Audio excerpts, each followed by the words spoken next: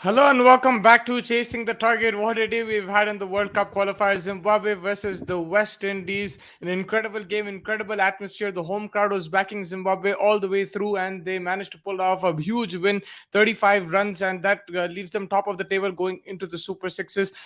Crucial 2 points for them. Sikandar Raza standing up again, the main man, 68 or 58 deliveries, and picking up a couple of wickets and a couple catches too. He was a bit lucky with the bat. Jason Holder almost pulled off to a blinder at slip, and then I think at third man he got dropped as well, but he made the most of it. Really good batting, some nice powerful sixes. He worked the gaps, good single double. The pitch was a bit slowish, so 260, 270 was a very good target. You have to give credit to the tail end as well for Zimbabwe. Both Musrabani and Tendai Chatara, who put up a small partnership which lifted them to 268. Otherwise, it looked like they'd be all out for under 250, and that put more pressure on the West Indies. West Indies with the ball were decent. Last few overs were a bit expensive. Kimo Paul picked up wickets. He picked up three. Akil Hussain picked up a couple of wickets. Roshan Chase picked up a wicket. And Alzari Joseph. Alzari Joseph was so unlucky today. I think he was the pick of the bowlers. Incredible bowling. Zabardast line in length. Or, अच्छा pace के साथ डाल रहा था. लेकिन, drop catches off his bowling, misfields and stuff. Very, very unlucky. Yeah, so yeah, bowlers a bit tad expensive in the end. I think they would have loved to restrict Zimbabwe under 250, which was very possible. But then, the batting, they do have some quality players. You look at the opening batsmen, Brandon King and Kyle Myers. Then they have, Shai Hope, Puran, Roston Chase, Robin Powell, Jason Holder. They bat very deep, but nobody, got going. Like they got off to starts, but no one converted that start into a big score. Kyle Myers scored a 50, then got out. Shai Hope got to 30, got out. Nicholas Puran got to 34, got out. Roshan Chase got to 44 and got out. So there's no one to stay there till the end for the West Indies, and they'll be very, very disappointed.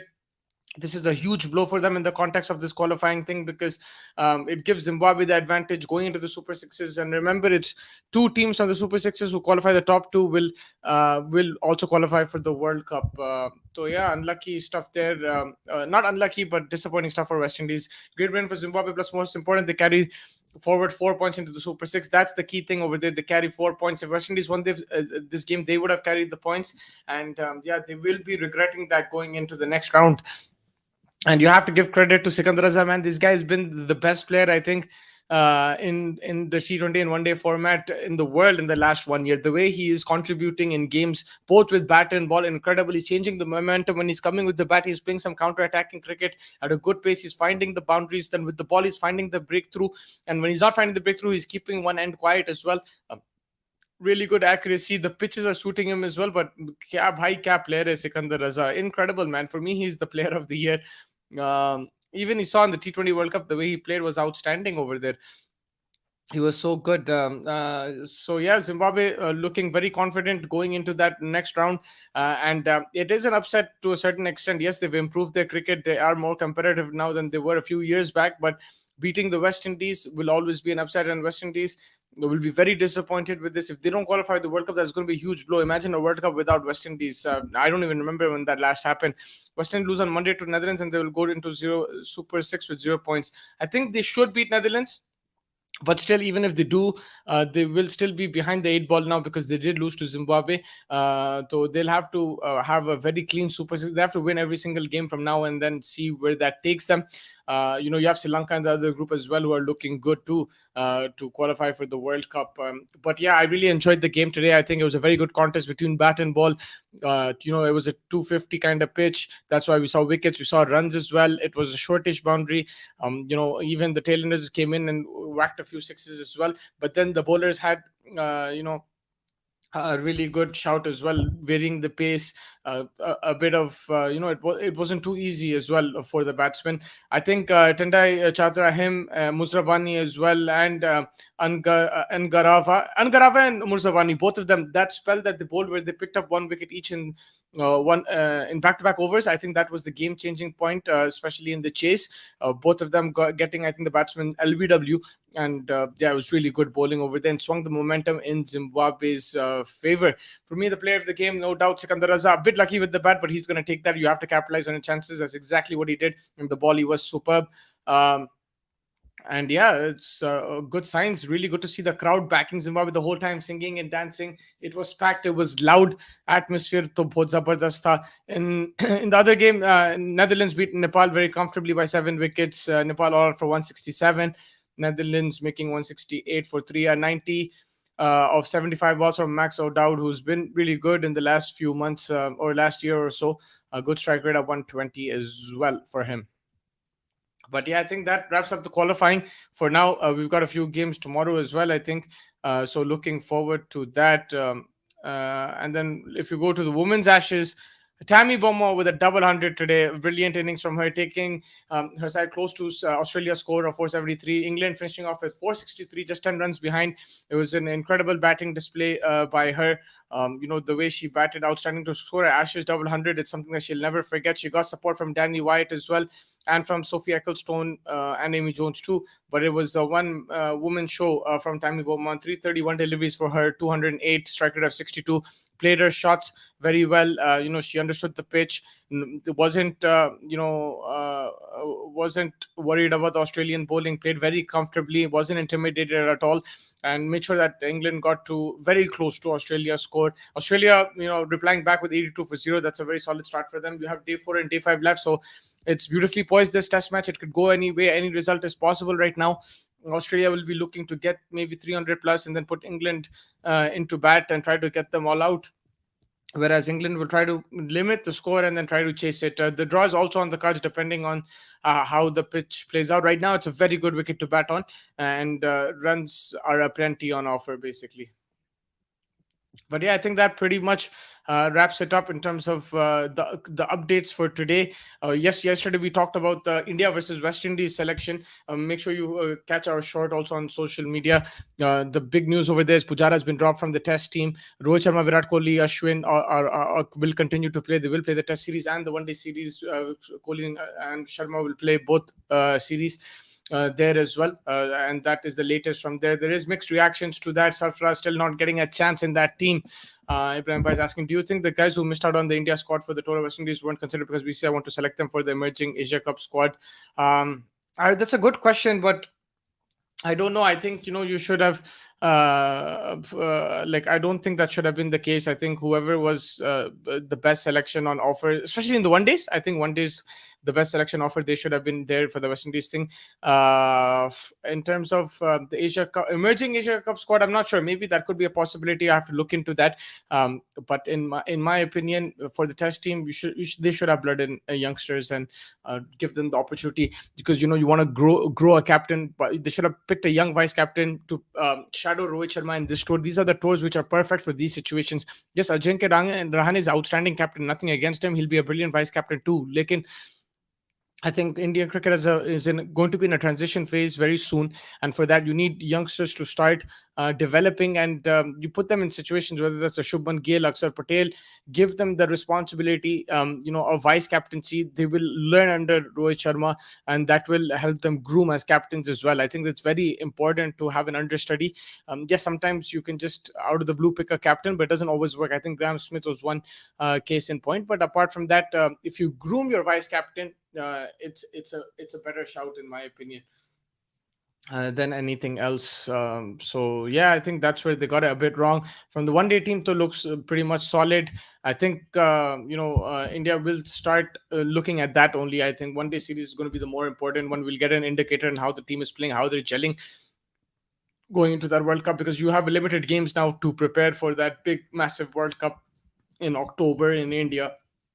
And West Indies pitches will be a bit comfortable as well. Pujara and Sky have been added as replacement for Gaikwad and Jaiswal in Duleep Trophy, which was surprising. I thought upcoming youngsters should have been selected as replacements. Yeah, I agree as well. I agree with this sentiment, but yeah, it's weird, and there's no accountability as well, right? We can't ask them questions. There's no press conference, at the team selection. These are the questions that we want to know. Why aren't the youngsters being blooded in? Why isn't there a vice captain being groomed? How come you drop Pujara and not the other players who didn't perform, the senior players? So these are the questions which are still lingering in our minds, and we won't get an answer to it, unfortunately. And yeah, it's sad. It's sad because, you want such a big team, such a big following, you need some accountability over there, in my opinion. and unfortunately we haven't got any.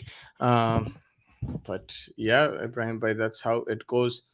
Just looking at what games there are tomorrow, we've got Ireland versus Sri Lanka. That's a good game. Ireland have not been in best of forms. They've lost a few games. Don't think they will qualify. Sri Lanka have been the informed team along with Zimbabwe.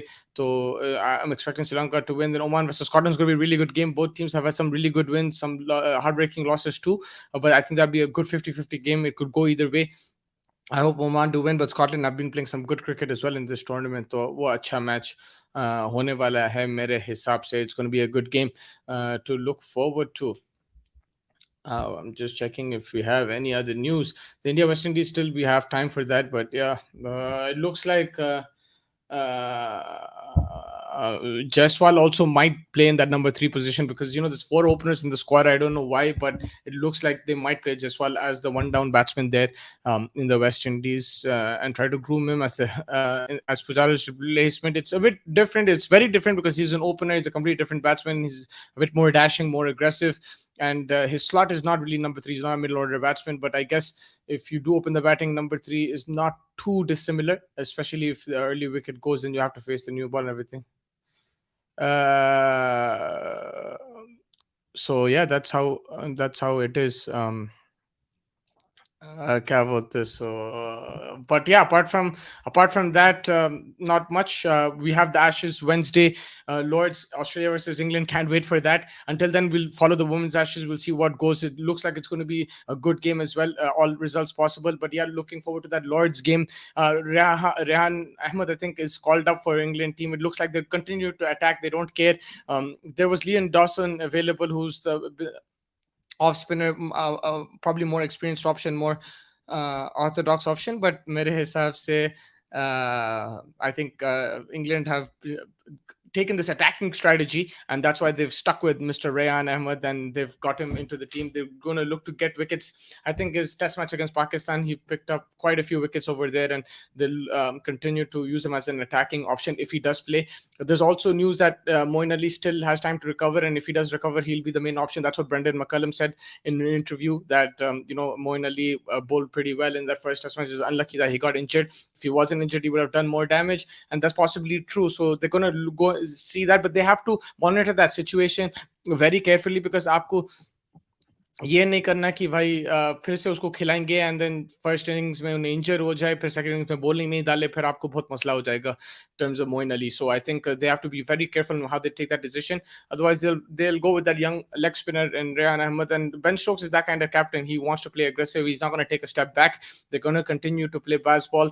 Yeah, look, there will be criticism going your way. They'll say you can't play baseball, this, that. At the end of the day, they lost the game by 2 wickets. It was a very close game. If they took their chances, they could have won that game too. Arey Vinesh bhai, kaise aap? Hello, sir. I've never seen so much passionate crowd, man. Hats off to Zimbabwe. I watched the whole match. Quality was great. I completely agree, man. This is a very, very valid point. I mentioned this earlier in the stream as well, that the crowd was outstanding today. They were singing the whole time, and they were so happy, ecstatic when Sikandar Raza took that last catch.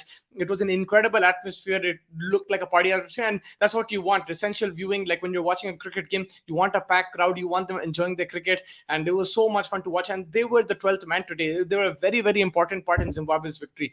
Nothing to take away credit from Sikandar Raza or any of the other players, but I think the crowd just kept motivating. They never stopped singing. They were loud the whole time, and that really helped Zimbabwe cross the line. Zach Crawley in an interview said conditions at Lords will suit England more, and is confident that England will win the second test. I mean, it depends. Look, I think any conditions, whether it's overcast, whether it's flat, I think it'll suit both teams. Maybe for example, the Edgbaston maybe didn't suit their bowlers, but but it did suit their batsmen. And Australia did struggle at times. If you see that the first innings, Australia, when they batted, there were chances, and England didn't take those chances. If they took those chances, Australia would have conceded 100 lead, and England would have won this game comfortably. So I don't think, whatever the conditions are, yes, for Anderson it didn't suit him. I agree. That's where probably Zach Crawley is coming from. Again, if you have conditions where there is movement and swing, that's going to help Australia as well. If you think of it, right? So mere hisab se, it has to be a bit of it's just like both teams have options to adapt to different situations. It's just on the day who holds the pressure, especially if it goes close like it did in Edgbaston, who holds their nerve and crosses the line. Zimbabwe crowd always reminded me of football atmosphere and also similar to Ashes crowd. Yeah, it was a beautiful crowd, man, and they were enjoying themselves. It was so good to see the smiles on their faces. And even when, like, the game was tight, they kept singing. It wasn't like a hush in the ground. Even when West Indies were hitting boundaries, they kept doing their stuff. They kept enjoying. Drums chal rahe the, gaane chal rahe the. So it was a really good atmosphere. I really enjoyed the game. Um, but yeah, looking forward to the rest of this qualifiers. Today was probably the best game for me so far. I really enjoyed it. I think that, like Vinesh Bhai said, the atmosphere added to that, but the quality of cricket was really good. We saw Sikandar as a masterclass. We saw, a really good bowling from Musrabani and Gavara. Like it was a really good game. We saw glimpses from Puran, some good bowling from Azari Joseph as well. तो अच्छा match था, enjoy करें. अब देखेंगे क्या होता आगे जाके in the World Cup qualifiers. But I think that's me signing out. It was thank you so much, Vinesh Bhai, Ibrahim Bhai, for joining me. बहुत मजा आया आज. Hopefully, we'll catch you tomorrow. We'll discuss day 4 in the women's Ashes. We'll lead up to the men's Ashes as well. If there's any news from the Indian team, we'll give you that too. And of course, the World Cup qualifiers, we'll keep discussing that. That is still ongoing. It's good to see this young talent, different type of talent. We're not used to these kind of matches, but it's always good to watch, cricket. Whatever it is, wherever it is played, cricket is cricket, and that's what we should take away from it. And if you saw today the game, Zimbabwe West Indies, if you haven't, I would recommend you see the highlights. It was a really good game of cricket with a packed crowd. I think that's what you want to see. It doesn't matter who's playing, as long as it's a good competition between bat and ball, you will enjoy it. And that's what happened today. So yeah, I think whenever Zimbabwe play, they will have this advantage now with the home crowd. Even the last time the qualifiers were in Zimbabwe, but the team wasn't good enough. Now the team is much better. It is improved, so that will coincide with the crowd. That will make them even a better team and harder team to beat. But that's probably it. Thank you guys so much for joining me. I will catch you tomorrow. Now make sure you like and subscribe. Watch our shorts, like those as well on Twitter, Instagram, and YouTube. And take care of yourselves. We will catch you tomorrow. Take care.